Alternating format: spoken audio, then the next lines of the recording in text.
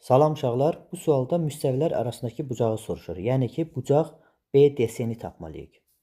Birinci üçbucaq ABD-yə fikir versək, görürük ki, düzbucaqlı üçbucaqda katet hipotenuzun yarısına bərabərdir. AB AD-nin yarısına bərabərdir. O zaman biz bilirik ki, həmin katet qarşısındakı bucaq neçə dərəcə olur? 30 dərəcə. Yəni bucaq BDA bərabər olur 30 dərəcə.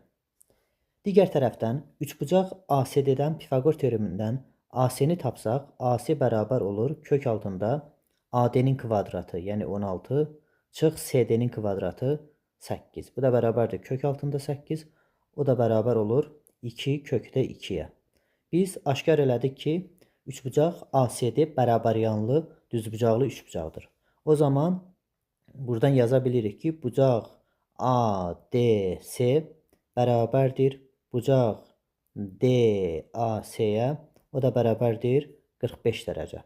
Bizdən də bu müstəvilər arasındakı alfa bucaq nəyi soruşurdu? Bucaq BDC-ni soruşurdu. Bucaq BDC də bərabər olur 30 dərəcə üstəgəl 45 dərəcə.